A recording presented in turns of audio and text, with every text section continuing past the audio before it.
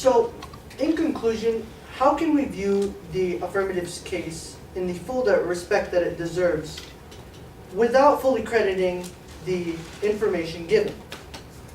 Well, first we must address the question as how are we to respect Megan and her family, as well as other victims if we were to appeal this legislation? Currently, there are a major number of those that are in jail that are sex offenders. According to PBHS.org, in our facility, approximately 25% to 26% of the inmate populations are sex offenders, and that includes child molesters and rapists. The opposition wants these 25 to 26% of people who possibly might get parole or possibly might get probation and be reintegrated into our society to not be registered so that the public knows who they are and where they live. This information cannot be used to harm any of these sex offenders because earlier I put on in bold markings on Megan's Law's government website, which anybody can go to, that it is illegal to use such information to harm the sex offenders.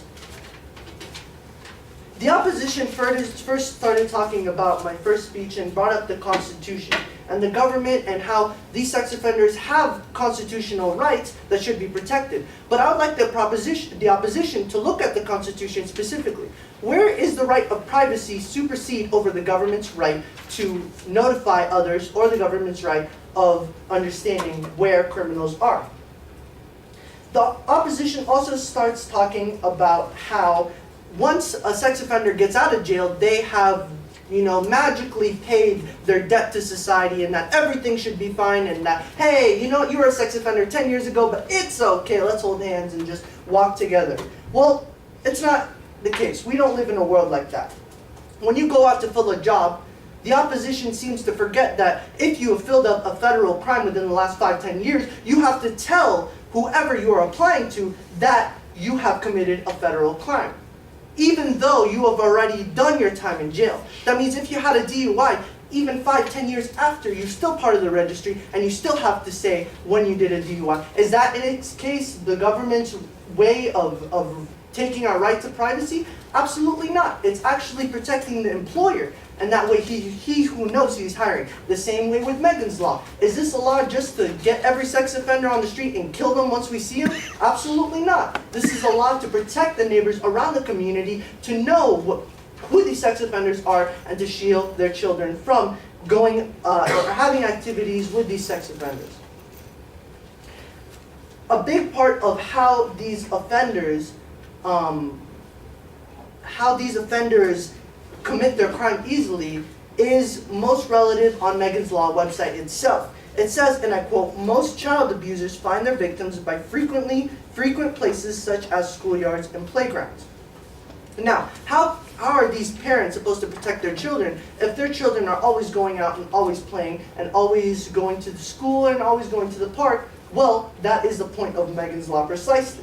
The opposition also brought up a man from Ohio. I don't know if he lived in Ohio, but he didn't really name a source over there, so I can't really comment on the credibility of that. However, all I can comment about is that sex offenders to this day have a significant chance of re-offending. And Scientific America, it quotes, although contrary to media depiction, most offenders do not specialize in one type of sex crime. Most are generalists who engage in a variety of sex and non-sexual crimes as well. So with that said, sex offenders are not people that magically come out of jail as a perfect person or a perfect angel.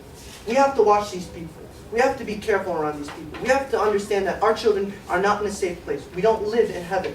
We don't live where we can go outside and, unlock the doors of anybody's houses and meet them and be frank with them. We don't live in a world that way.